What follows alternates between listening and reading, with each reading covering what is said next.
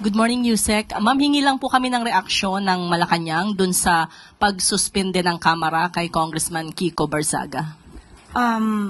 Decision po yan ng House of Representatives. So, yan po ay nalaman na po kung ano po naging desisyon. So, ginagalang po ng Pangulo kung ano man ang desisyon ng House of Representatives. Ang dating po kasi kay Congressman Barzaga ay sinuspindi siya. Bagamat Kamara yung nagpataw ng suspension, ay sinuspindi siya ng Administrasyong Marcos na maraming kaalyado sa Kamara dahil doon sa pagiging critical niya sa Presidente. Ano pong masasabi ng palasyo? In other words, sinasabit niya ang pangalan po ni Pangulo dahil sa kanyang pagkakasuspindi. Yes po. Unang-una po yung mga lewd photos na kanyang pinost. Hindi naman po kasama ang Pangulo nung ito ay kanyang ginawa. Hindi naman kasama ang Pangulo nung ito'y pinost.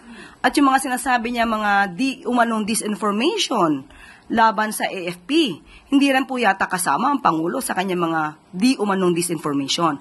So sa atin na nakikita rito, ginagamit lamang ang pangalan ni Pangulong Marcos Jr. para ma-justify ang kanyang mga ginagawang disinformation. Thank you. Alvin Baltasar, Radyo Pilipinas. Yusek, good morning po, Yusek. Yusek, is the government considering na maglabas ng reward o pabuya para mabilis na madakip si dating Congressman Saldico?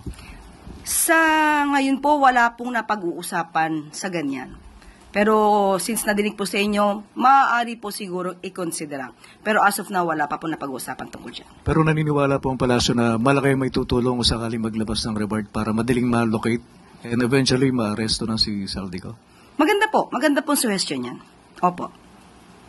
Thank you po, Yusek. Thank you. Maricel Umali, GMA News. Ay, Maricel, sorry, father. Good morning, ma'am.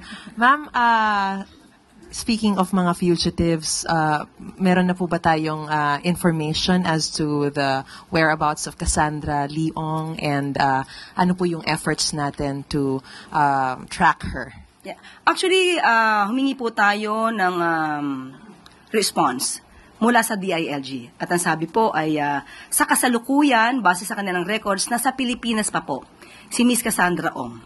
At patuloy pa rin po ang paghahanap sa kanya dahil nga siya po ay tinatawag na fugitive dahil may warrant of arrest na po.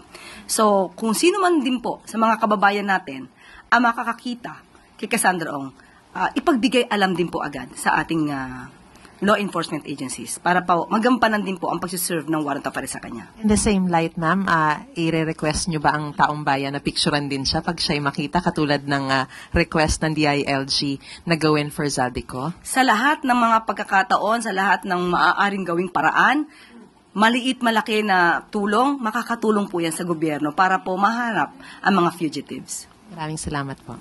Thank you. Ann Soberano, Bombo Radyo. Yusek, good morning. Tugon lang po ng Malacanang regarding po sa sinasabi ni Saldico kasi nakasulat ito po ay galing sa kanyang sulat para kay Pangulong Marcos. Sinabi kasi ni Saldico na si dating Senate President Escudero po ang nag-utos na magtapyas ng pondo sa ilang government agencies sa 2025 budget. At sinabi niya, hindi po daw ang Kamara ang nagtapyas, kundi po ang Senado. Ano po ang masasabi dito? May effort na rin po ba na investigahan po ito?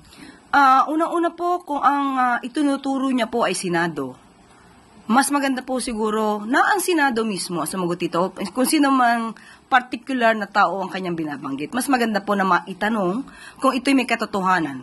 Considering the fact that Saldico is still not here in the country. He's not ready to face the Filipino people here in the country. So parang mahirap din naman pong tugunan ito. Basta-basta. Hindi natin alam kung anong katotohanan dito. Pero kung sino man po yung nabanggit niya na concerned officer from the Senate, mas magandang siya po ang sumagot kung ito po may katotohanan. Pero sulat po kasi niya ito, ma'am, kay Pangulong Marcos. Hindi pa nga po natin alam kung ito'y natanggap ng Pangulo dahil hindi namin napag-uusapan itong sulat na ito. Okay, salamat po, ma'am. Thank you. Next is Samuel Medinilla, Business Mirror. Hey, good afternoon. Hey, good morning po, ma'am. Itatanong ko lang po, President Marcos will extend the service contracts of COS and GO workers beyond December 31, 2025 in connection po to dun sa COA DBM Joint Circular Number 2 Series of 2024 na supposedly after this year, matatapos na po yung mga contracts ng nasabing workers. Magkakaroon po ng meeting mamaya. So, most probably by tomorrow, meron na po akong update sa inyo. Thank you po. Follow-up question lang po from Christian Usors, DZMM. Going back kay Zaldico, dahil na-mention po kahapon ni Secretary Remulla na maaaring nasa Portugal si Zaldico, may directive po ba ang Pangulo sa DFA in coordinating with Portuguese authorities or officials para po ma-counter-check kung talaga pong nasa kanila si Zaldico? Sa lahat po na ahensya na concern, since ang Pangulo po ay nag-utos na rin po na ihanapin at pauwiin dito si Zaldico, lahat po ng ahensya na concern dapat po na alamin ito at makatulong para mapabalik po agad si Zaldico sa Pilipinas. Thank you. Follow-up question again. Vance Fernandez, Police Files.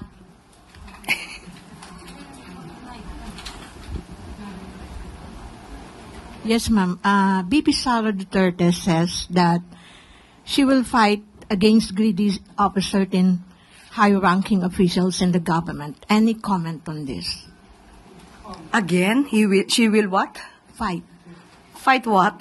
Against greedy of a certain high-ranking officials in the government.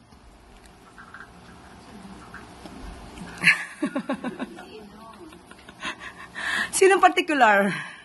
Well, yan lang ma'am ang sinabi niya kasi parang hindi pinupunto niya ma'am na may mga certain greedy officials sa government. Okay, siguro unahin po muna natin sa OVP.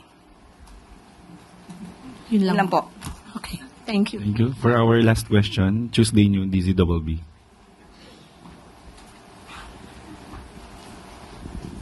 Good morning, ma'am. Ma'am, may mahahalagang position po sa palasyo na hindi pa napupunan like Office of the Chief Presidential Legal Counsel at saka yung PLLO. Mayroon na po bang kapalit sa mga pwestong ito? Mamaya po magkakaroon kami ng meeting at maaari ko pong itanong yan. Sa ngayon po ay wala pa pong nababanggit sa amin.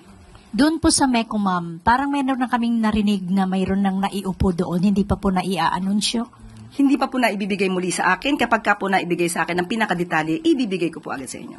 Last question, ma'am. Sa Senate, ma'am, sabi po ni Senator Win Gatchalian, parang kapos na sa panahon para maipasa itong 2026 pambansang budget.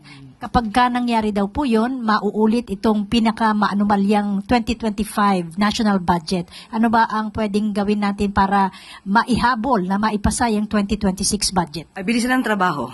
Dapat bilisan ang pag-aaral. Ayaw po ng Pangulo ng reenacted budget. Alam po natin yan. So hanggat maaari, bilis-bilisan natin, although kahit tapos na yung kapos ang panahon, sana po mas mapabilis natin.